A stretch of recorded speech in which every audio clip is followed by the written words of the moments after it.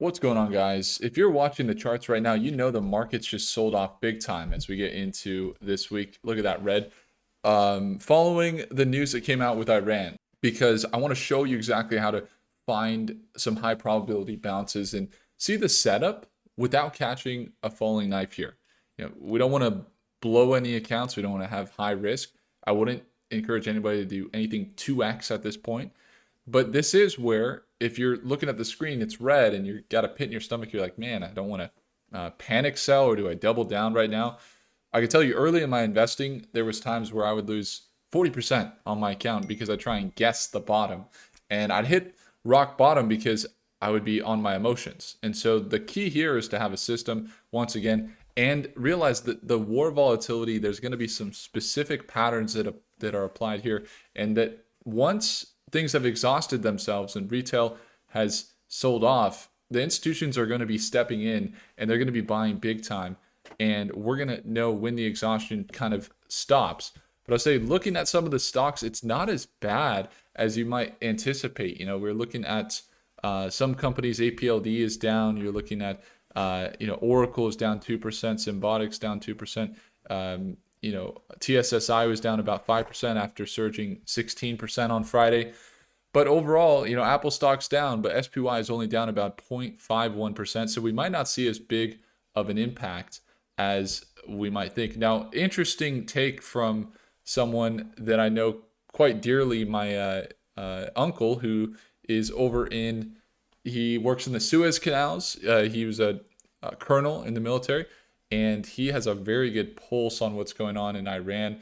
And he actually, he sent me something. It was like a signal message because he doesn't do the normal WhatsApp or text because he can't actually tell me but too much about his job. But he uses like Signal, which is the encrypted messages. But one of the things that he was just telling me was that even the problem is you could look at these companies, a lot of them kind of out of support, and we might even have some really good bounce opportunities here.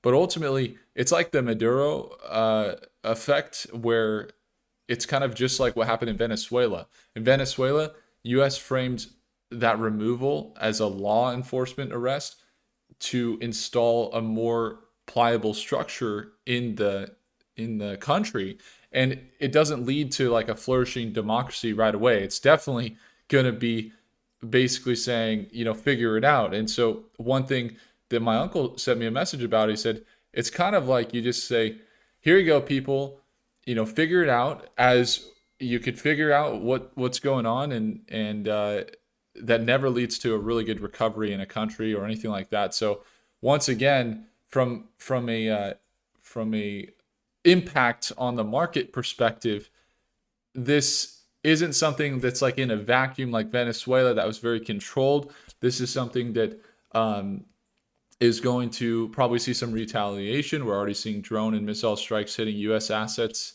in Qatar and in the UAE. And then also the global squeeze from this could be related to the Strait of Hormuz is effectively a no-go zone right now, and we're not just giving them freedom there. We're also having to handle their entire global economy there, and so that could give a lot of the global impacts some heart attacks here.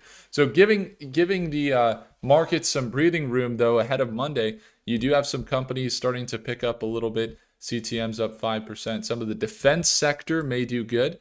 The oil and gas markets into this week are looking great. I have a position actually over on Oil U that we're up about 89% on over there.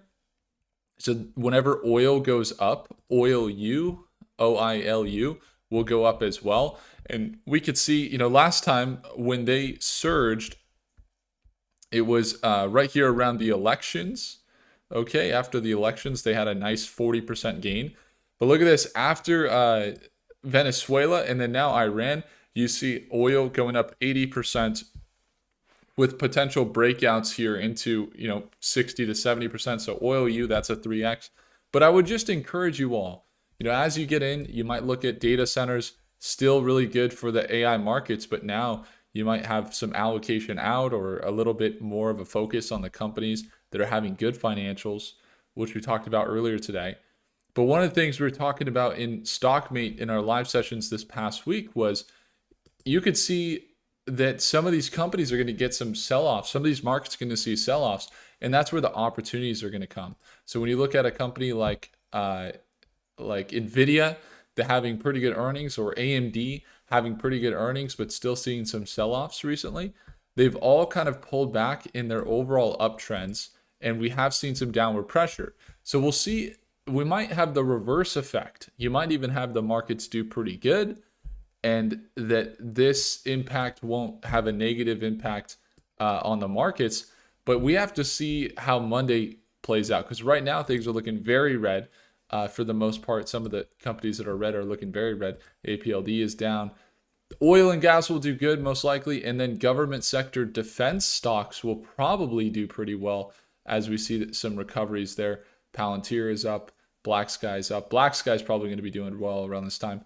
So just keeping those things in mind. Now, one of the things we're talking about as well, we're looking at some of the outlooks from prophecy and the projections, is that once again, just thinking about what the reality is of a supreme leader being confirmed dead in another country and the impact on the market and all that. Even if the comparison to Venezuela is accurate, what we saw after Venezuela in that move was some really immediate impact, negative immediate impact, with the oil doing well, which is what we're seeing here. So oil, look at all the green in the oil. And then shortly after, retail was selling off. It was exhausted a little bit. And then we saw big recoveries in retail and large surges. So very important to watch markets right now. We might have some good moves to enter on some short-term trades into next week and tomorrow. And if you guys ever want to tune on into our daily live trading sessions, see my entries, see my exits at market open, and surround yourself with like-minded investors where they're inside of StockMate every morning, it's the second link in the description below. We'd love to see you there tomorrow morning. If I earned your thumbs up, hit the like button. Let me know what you guys think. I think we're actually about to see some volatility downward, and then wait for stabilization, and then we'll have some really good opportunities.